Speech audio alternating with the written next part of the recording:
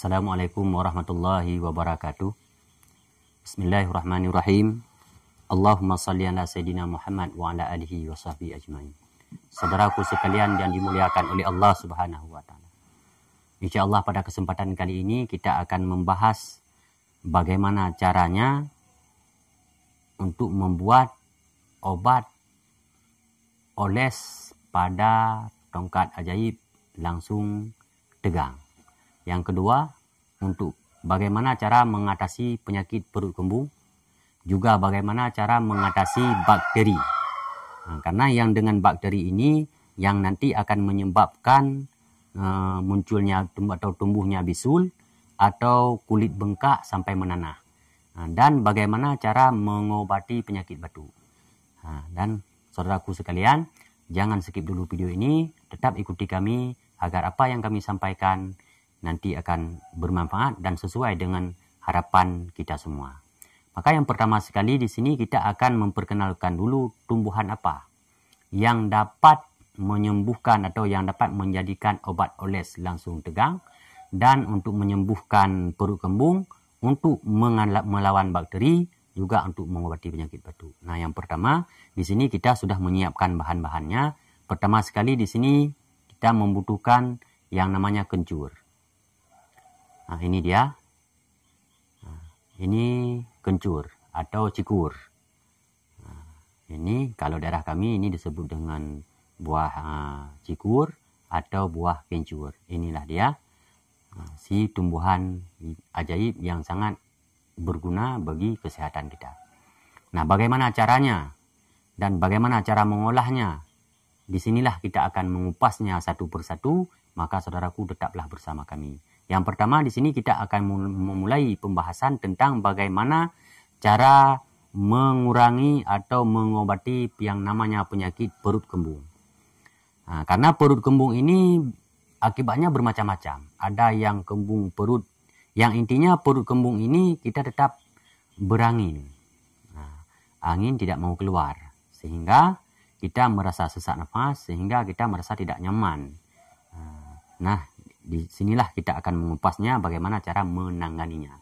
Yang pertama di sini kita sudah menyiapkan yaitu umbi cikur atau umbi kencur. Nah, ini yang pertama kita siapkan 3 cm kencur. Nah, seperti ini. Ukurannya 3 cm. Kali ini kebetulan buahnya kecil.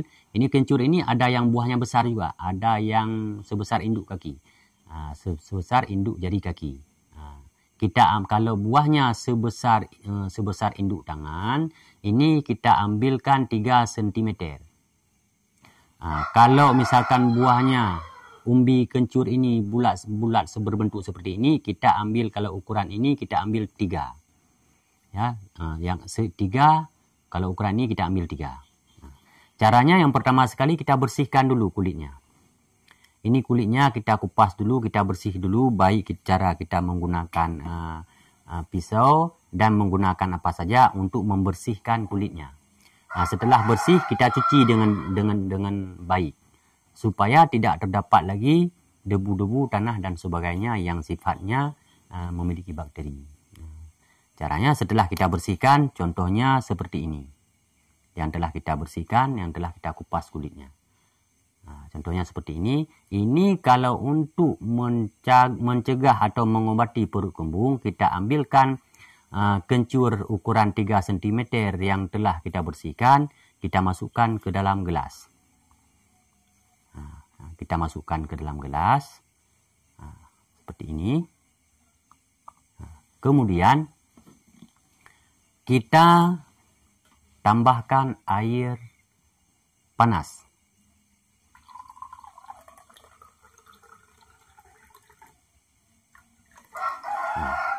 Ini kita tambahkan. Ini air yang kita gunakan ini air panas. Air putih yang telah kita panaskan hingga mendidih. Jangan tunggu dingin. Langsung angkat air yang telah mendidih, langsung tuang ke dalam gelas. Rendamkan kencur ukuran 3 cm di dalamnya. Tunggu sampai 10 atau 15 menit atau sampai air yang panas ini menjadi hangat. ketika kita pegang airnya sudah hangat, ini baru kita konsumsi. Ini kita ulangi konsumsi ini beberapa kali, cuman dalam satu hari sekali saja. Kalau tidak perut tidak juga sembuh, besok kita ulangi lagi hingga tiga hari berturut-turut, insya Allah perut kembung ini akan sembuh dengan berkat wasilah daripada kencur ini. Lalu bagaimana umbi dari kencur ini untuk mengatasi bakteri? Umbi dari kencur ini jika untuk mengatasi bakteri, karena yang pertama kita kenali bakteri ini kalau tidak kita tidak ditangani, ini bisa yang pertama munculnya bisul. Ketika bisul itu muncul, ini penyebabnya bakteri. Muncul bisul itu bakteri. Kemudian muncul gatal-gatal di tubuh sehingga bisa menyebabkan itu bisa bernanah. Ini juga disebabkan oleh bakteri. Maka untuk melawan bakteri tersebut agar tidak timbul bisul atau agar tidak bernanah di tempat gatal itu, inilah dengan kencur ini juga yang kita gunakan untuk pengobatannya. Cuman caranya juga demikian, dengan mengambil 3 cm kencur yang kita masukkan ke dalam gelas, kemudian kita isikan air panas, kita tunggu sampai airnya mulai hangat, ketika itu kita minum. Biasakan konsumsi untuk melawan bakteri. Cuman konsumsinya kalau untuk melawan bakteri boleh 1 hari sekali, boleh juga kita selang setelah hari ini kita minum hari esoknya lagi, 1 hari selang. Ini kalau untuk melawan bakteri. Namun kalau untuk butuh penyembuhan bisul dan sebagainya, ini mestinya kita konsumsi rutin. Inilah cara tutorial bagaimana cara membuat kencur ini untuk menjadi pengobatan tentang penyakit yang kita alami, menyangkut dengan penyakit yang kita sampaikan tadi.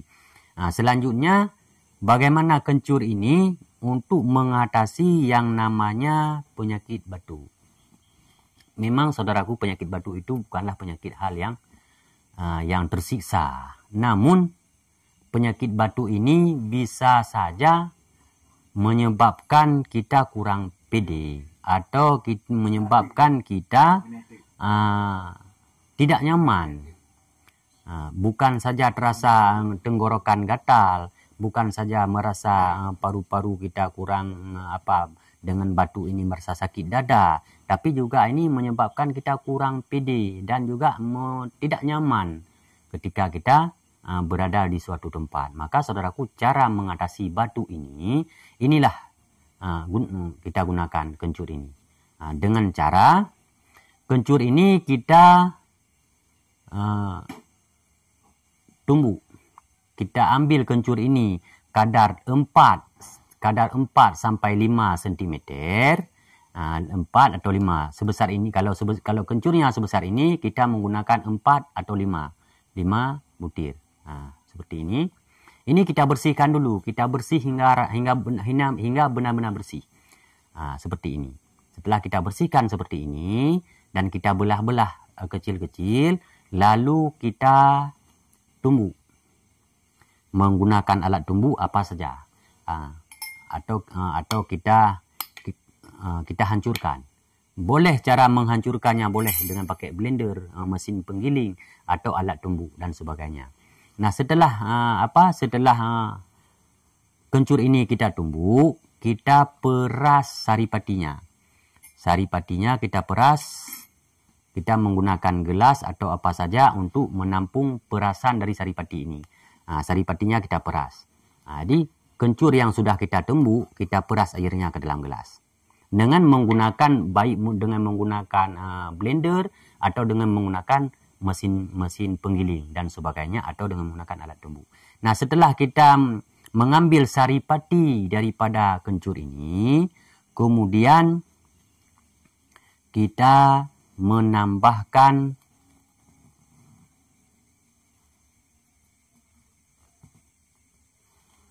air jeruk nipis.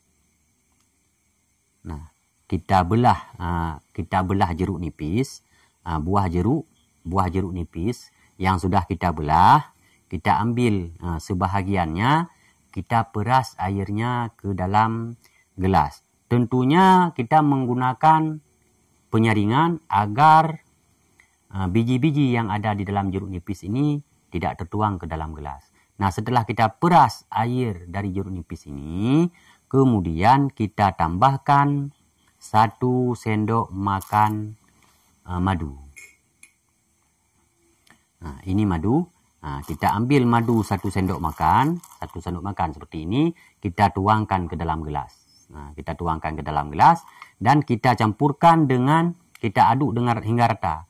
Ini kita aduk hingga rata antara pati kencur sama air jeruk nipis juga air madu. Kita aduk, kita tambahkan air hangat. Kita tambahkan air hangat setengah gelas saja. Contoh tutorialnya seperti ini. Nah, kita tambahkan setengah gelas air. Seperti ini, kita tambahkan setengah gelas air. Nah, seperti ini. Kadarnya air seperti ini atau segini, setara ini.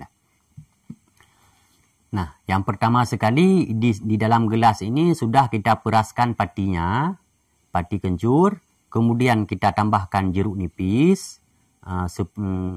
Separuh jeruk nipis, air perasannya.